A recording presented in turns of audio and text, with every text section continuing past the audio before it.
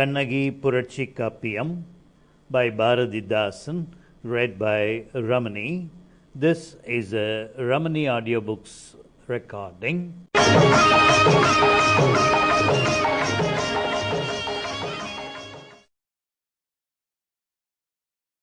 பாரதிதாசனின் கண்ணகி புரட்சி காப்பியம். ஒலிநூலாக்கம் ரமணி. இயல் 1.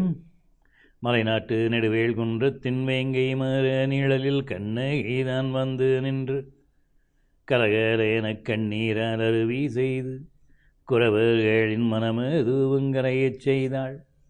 கொலை செய்யப்பட்டான் என்கணவன் கண்டீர், குற்றமொன்றும் செய்தறியான் குன்றத்தோரே. இலையுலகில் பருவூடல் தானே நீனும் அன்னோன் என்னுள்ளத்துள்ளி இருத்தல் காணுவீரோ. முலை தோன்றி முற்றாமுன் தொட்டுச் சென்றான், முறையில் ஆழிடங்கிடந்தான்.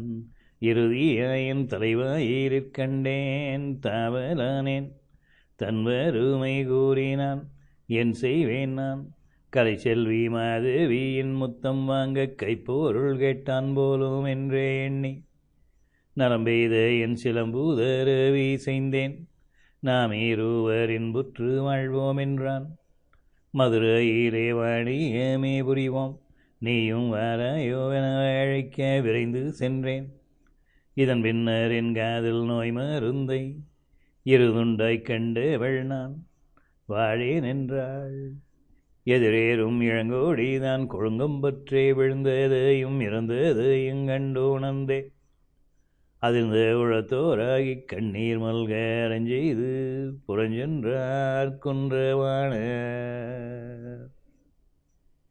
இயல் 2. குன்றத்துக்குறவர் எல்லாம் கைகள் கூப்பி கோமான் நின்றீரல் வாழ்க செங்கோல் வாழ்க என்றைக்கும் தமிழ் வாழ்க என்று வாழ்த்த. எல்லீரும் நரஞ்சர வாழ்கின்றீரோ என்றுங்கள் முகத்தில் ஒரு புதுமை என்ன என்ற செங்குட்டு வென்பால்.